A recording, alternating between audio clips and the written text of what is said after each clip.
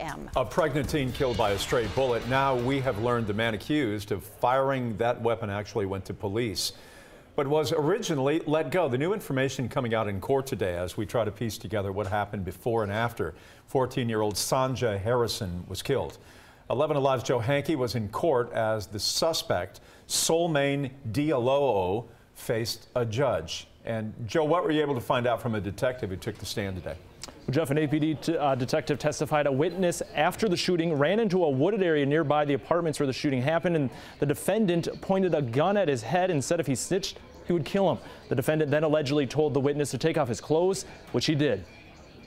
Souleymane Diallo entered the courtroom in handcuffs and during today's hearing could be seen shifting in his seat with his head in his hands or shaking his head. Homicide Detective Kelvin Thomas gave the only testimony in court. Thomas said the day before 14-year-old Sonja Harrison's death, multiple witnesses saw Diallo, who's also known by the nickname Slaughter, with a gun in his hand at the Pavilion Place apartments. Pointing the gun, just kind of reckless pointing the gun, not necessarily toward anybody, but pointing as if he was attempting to shoot. Then outside the apartment complex, a man ID'd in this case as Witness 1 fired the gun into the sky. That Slaughter asked him, did he want to fire the gun?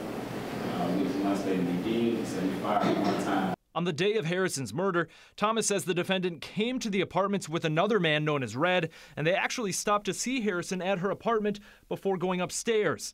Then the shooting happened. Witness 1 stated the accused was trying to place a gun in his pocket when the gunshot went off.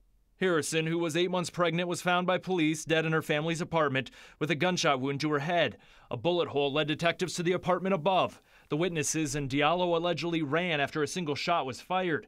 Thomas says Witness 1 described later meeting up with Diallo in a nearby wooded area. Slaughter pulled the same gun, pointed it to the back of his head, and told him that if he snitched, he would kill him, and made him strip. Witness 1 then ran to a nearby gas station and later that week contacted APD and met with Detective Thomas for an interview. During the interview, and for an unknown reason, Diallo also came in to talk with police and was placed in a room. He told me he wanted an attorney. Is that correct? He said yes. I said, okay. I said, well, free to go. Thomas says Diallo came in without a gun, had not been positively ID'd as the shooter at the time, and there was no warrants for his arrest, so he was free to leave. And we learned 2 witnesses later ID'd the defendant from photo lineups, and Souleymane Diallo was then arrested. A Fulton County judge today in court ruled there is probable cause for this case to move forward. Diallo's charges include murder, assault for allegedly threatening a witness at gunpoint, and feticide, since the victim was pregnant at the time of the murder.